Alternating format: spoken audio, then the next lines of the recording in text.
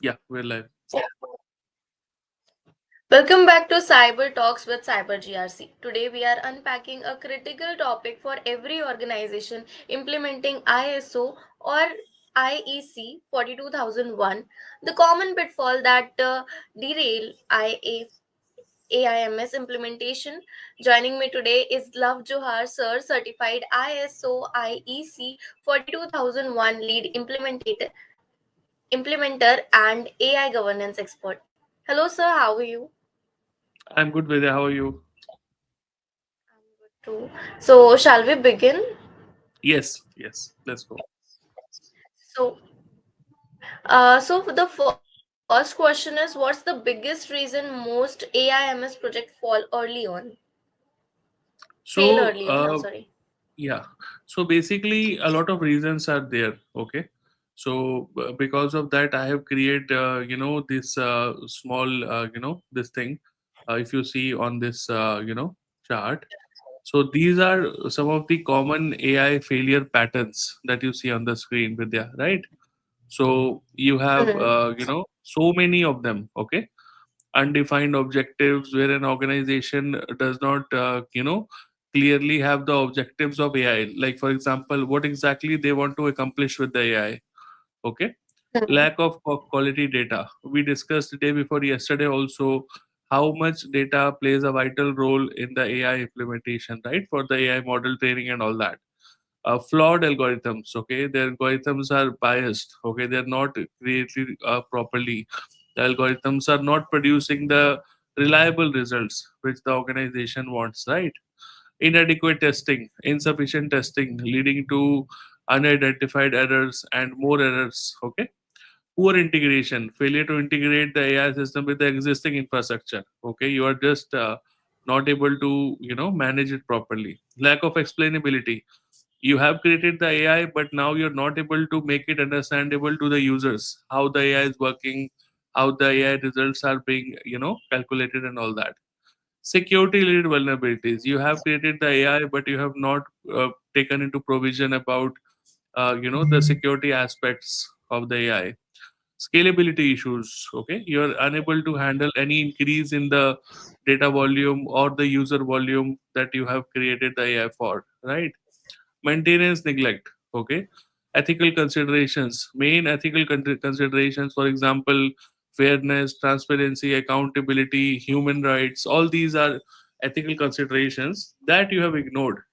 So these are, Vidya, which you see on the screen, are basically all the, failure patterns which are most common in the AI nowadays, because of which organization, fail early on in this implementation. But the main thing I would say is not having the right AI objective, and not having a clear purpose why you are, creating the AI, why you are, developing the AI. Not having a clear purpose, not having a clear AI objective actually is the main reason. Okay, you start to implement AI thinking that as an organization you need it, but but later on in the reality you realize that the intent is not clear, the scope is not clear. That is the main reason.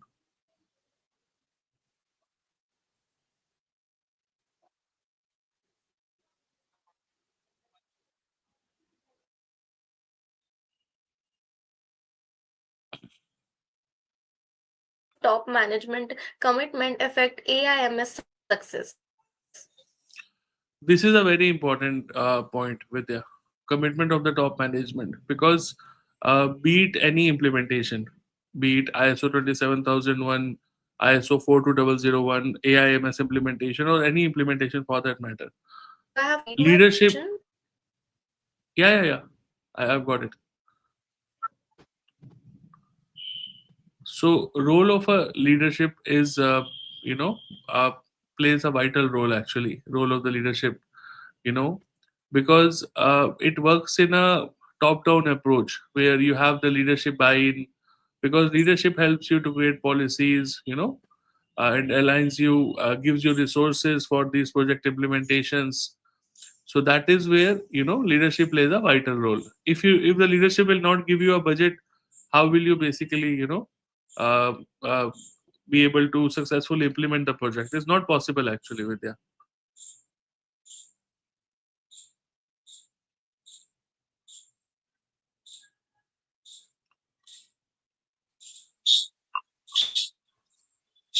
Are you there, Vidya? Yeah. All okay? Yeah, I guess there's an unstable network. You want to join back Just again? okay. Moving on. No, it is good now. It's okay. Okay.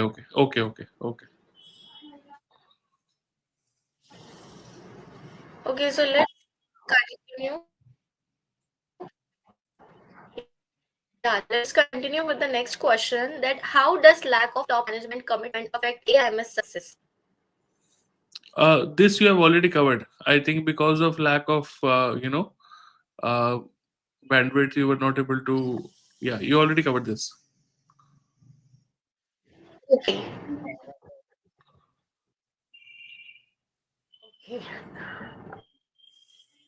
Okay, moving on to the next question. Why do organizations struggle with defining roles and responsibilities? Defined roles and responsibilities are very critical for a proper AI governance, right? So that is where organizations have to make sure that they define the proper AI roles. For example, who is the AI owner, who is creating the AI, who is testing the AI. All these roles are important. Okay, having AI roles and responsibilities matrix is one of the important parameters for clause number 5.2 as well from ISO 42000 implementation perspective, because if the roles are not clear, Vidya, then how will somebody make sure that they are understanding they are implementing the AI properly, right? So everybody should know what is their role, what are their responsibilities, who is accountable for what. Without roles and responsibility, you can't have a proper transparency. So that is where, from a policy creation to monitoring to regular review to ethical review, all these roles have to be assigned, right? It's really important. If they don't have the roles and responsibilities properly designed, it will be become a very big issue for the organization.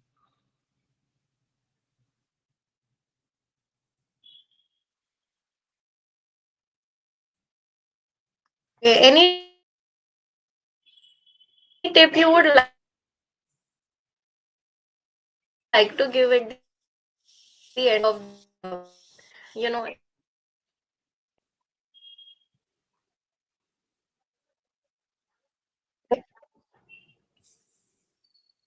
Vidya, I'm losing you. Not able to hear. I guess yeah, there's a huge network problem, I guess. Yeah, maybe join from a laptop. No, it is laptop. Oh, it's a laptop only. Okay. Maybe change the Wi-Fi to the different network. See if it works. Okay, And is try it to. okay right now? Right now, it's Is okay. it When we stable? speak, yeah, when we speak, it's okay. But when you stop speaking, it goes away. It's kind of tricky. Arre. Yeah. Anyhow. So Okay, so should we we'll continue now. Yeah. Go ahead. You were asking something. Yeah, go ahead. we can continue? Yeah, go ahead. My next question is what happens when organizations skip the AI impact assessment? So this is the most crucial part, Vidya. Actually, if you remember, we discussed entire episode on the AI impact assessment, how it helps understanding the societal impact, ethical impact, impact on the human. Okay, so if they skip this part, their implementation will not be successful at all. Okay, it will be entirely jeopardized. Okay, it's like launching an aircraft without checking the weather conditions. You are just going there just thinking that it will work. Okay, so because you don't have any idea how your AI will be working ethically, what are the safety from a society perspective, what are the safeguards. Okay, so that is where impact assessment plays a vital role for any organization.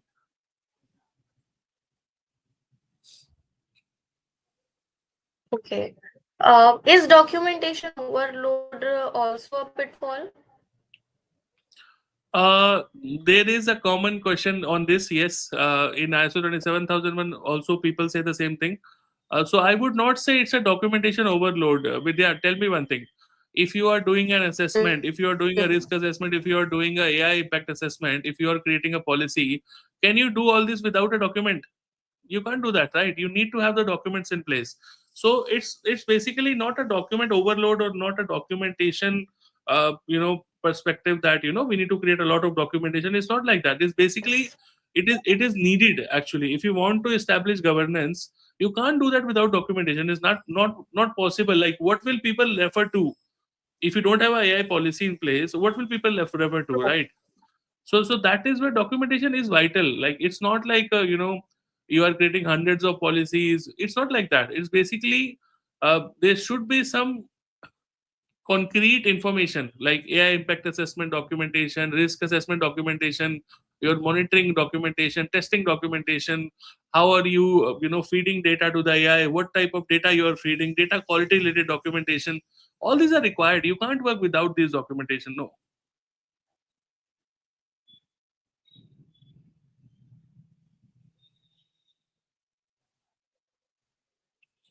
Okay. Any tip you would like to give at the end of this, question? For the documentation part,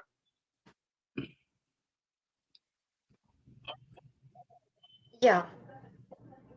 so basically, a lot of people have that misconception, Vidya, that documentation is a big a big thing when they think about any ISO standard.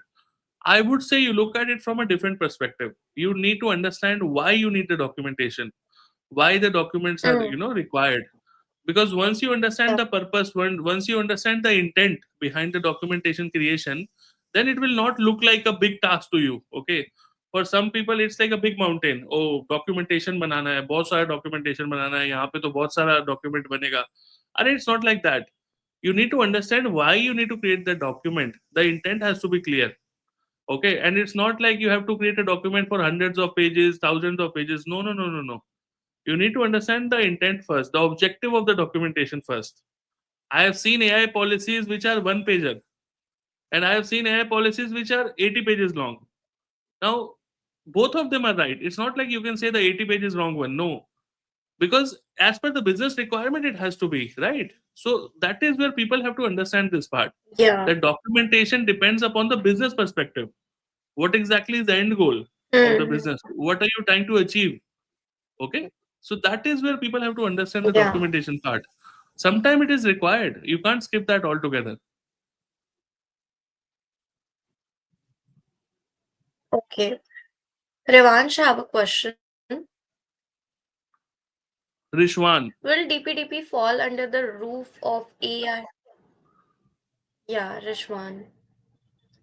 Will DPDP fall under the roof of AIMS, or else it comes under PIMS? If there's a relation for both, explain it, sir.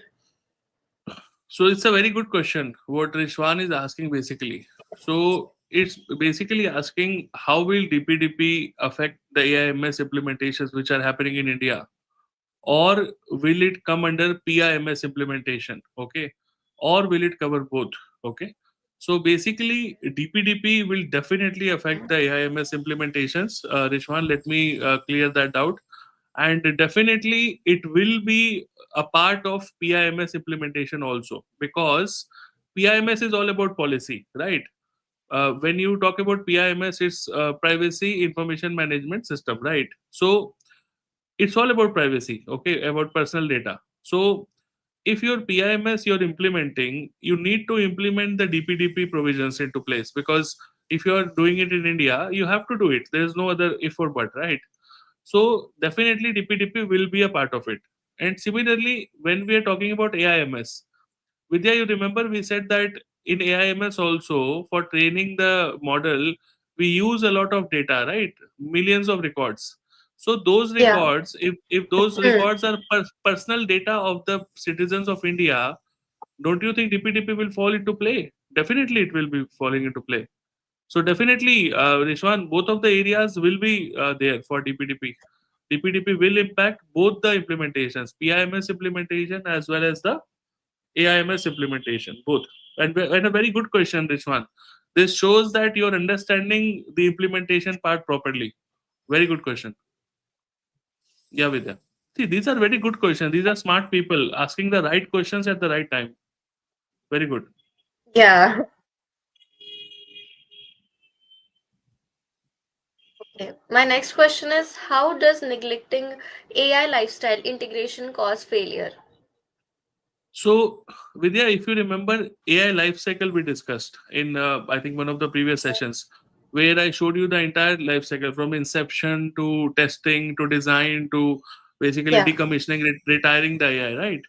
So, basically, each and every life cycle stage has a risk associated with Hmm. it. Okay. So, if you neglect the entire life cycle, Hmm. how will you do the AI risk assessment? It's not possible actually, right? So basically, life cycle phases from design to decommissioning, from design to retirement. You need to Hmm. understand all the risk associated from model development perspective, from data perspective. You can't ignore that. If you ignore that, basically your risk assessment itself is not completed. Okay. I want you to explain it with an example for the better understanding of me and also for the audience. Very simple. For example, one of the parts of the life cycle part is retirement of the AI, right? It is the last phase Okay. actually of the life cycle.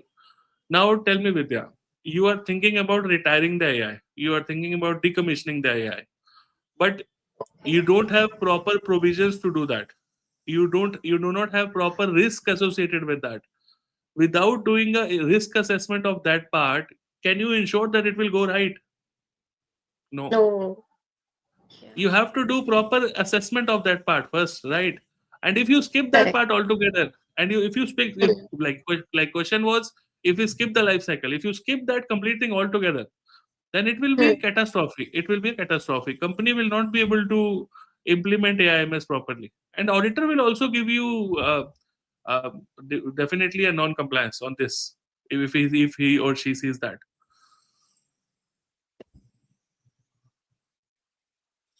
Moving on to the next question, that what about human oversight? How is it? How is that often mishandled? So this separately will also cover in one of the incoming podcasts, Vidya, because this is, I think, tomorrow's topic that I am about to take. What is the role of a human Yeah. in the AIMS implementation? It is one of the most asked questions also. Like, do we need a human intervention, or it is like we need to run the machine by itself? Because it's a AI, it can run by itself, right? But do we need a human intervention or not? I will say yes. There is still a human intervention required Yeah. at many stages, right? You can't let it run independently. Okay, you need to have Hmm. human checkpoints in the decision making, in the result. Okay, because these are critical industries. For example, if you talk about healthcare, if you talk about finance, okay, all these are critical industries. These are impacting Hmm. lives of the people, Vidya. Okay, so there you can't skip the human intervention in the implementation and keep it as an afterthought. You can't do that. No.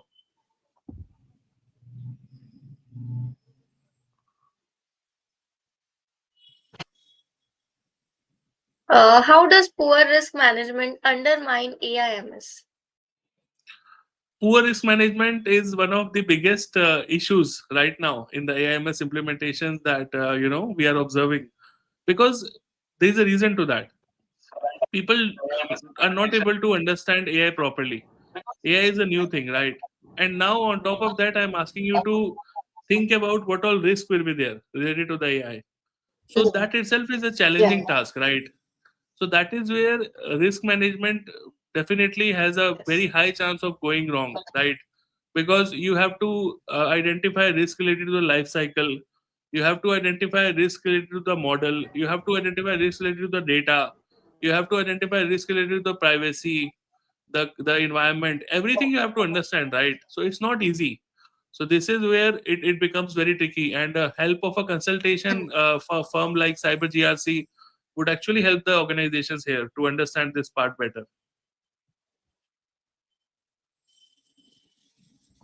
Okay. I would like to explain you how Cyber GRC would cover this topic in their sessions. So risk one, right?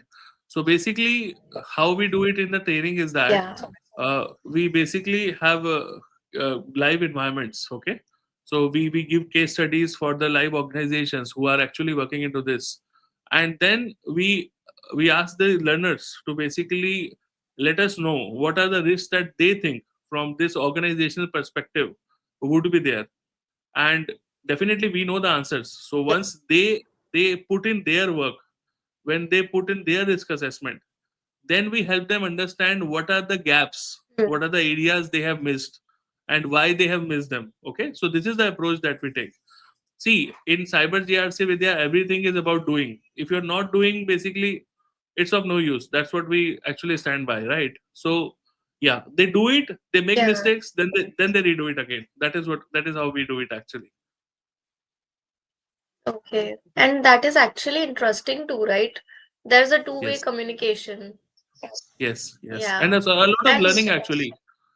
In the morning, today in the yeah. morning batch, I had a 7 to 9 US batch in the morning today, and one of the learners was saying the same thing. He said the type of the type of learning that I'm getting here is enormous, because when you work together as a team, because they work as a team together, right?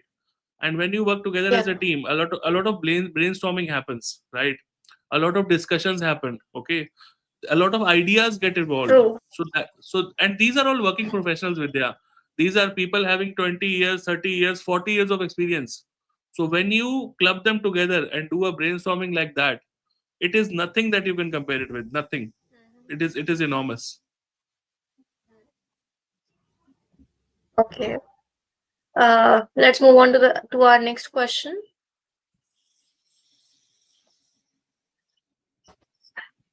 How does lack of continuous improvement affect AIMS sustainability? Continuous improvement is crucial, because there is a concept of Okay. model drift and data drift in AI. Okay, so someday we will cover these two drifts also. Like, what do we mean by model drift? What do we mean by data drift also? But for now, just understand that you can't leave the AI alone for a long time. You can't do that. It will start drifting from the end goal. Okay, it does that. Yes.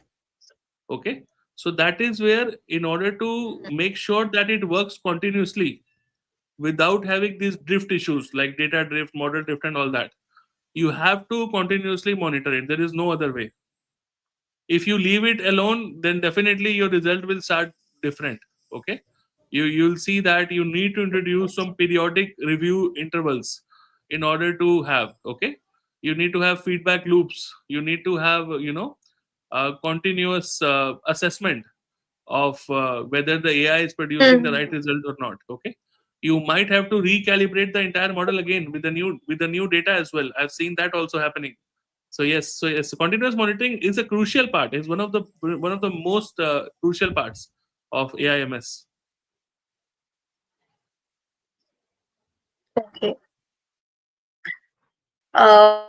Finally, what's your advice to organization just starting their AIMS journey? So organizations right now, I see that they want to go for ISO for 2001 implementation. They want to implement ISO for 2001. They want to implement AIMS. Uh, Do I have to? and no, no, it's okay. It's okay. I got it. So the only one thing that I would say is that AI is continuously evolving, right? Today, the risk assessment that you have done, tomorrow it might not be applicable, and even maybe today, by Okay. that, yeah, exactly, it is evolving at such a high pace. So you have to be very cautious about the end goal, what you're trying to achieve with the AI, about your business purpose for introduction of this AI. for the scope of this AI, like how this AI is affecting the society, the environment. All these things have to be considered at a proper stretch. You can't think that it's just a certification that I get. Even if you get the certification for ISO for 2001, and you do not have proper controls in place, and you do not have proper safeguards in place, if you do not have proper AI governance in place, then what is the use of the certification?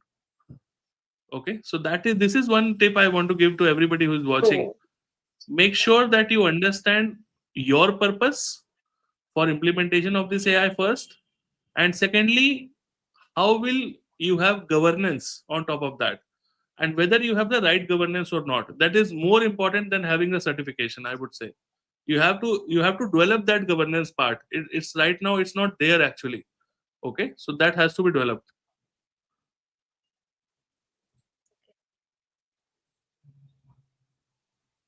Okay, Rizwan is asking something.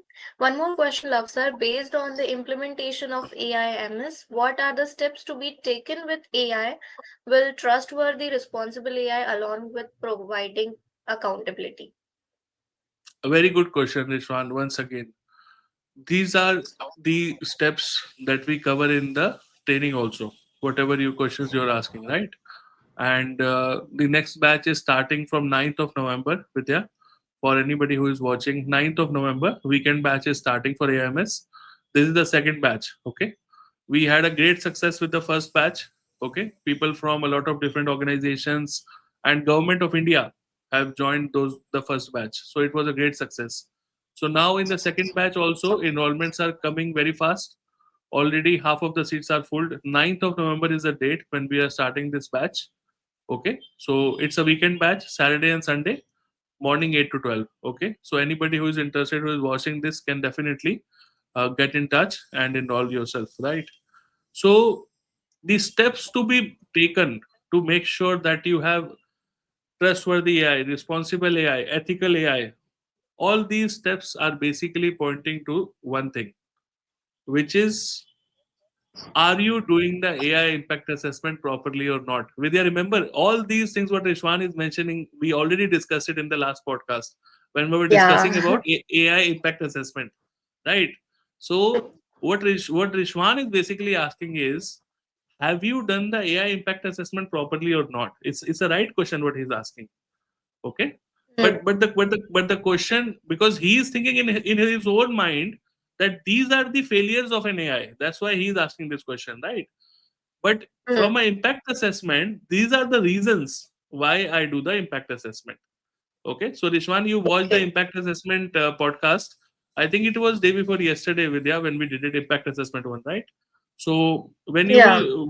when you will watch that podcast, Rishwan, all these parameters we have already covered there. It was already a part of the impact assessment, approach that we have discussed. Yes, thank you. Rizwan, be on time every day so that you never miss an update. Yes, Okay. Thank you so much. That was a powerful insight to our listeners. And remember, avoiding this pitfall isn't just about compliance, it's about building AI systems that are trustworthy or and human centric. If you want to know, if you want to know and learn how to implement AI governance in your organization using ISO 42001 AIMS, please join our next batch at Cyber GRC. Thank you everyone for watching, and catch you tomorrow with another episode of Cyber Talk with Cyber GRC. Thank you. thank you everyone. Take care. Bye bye.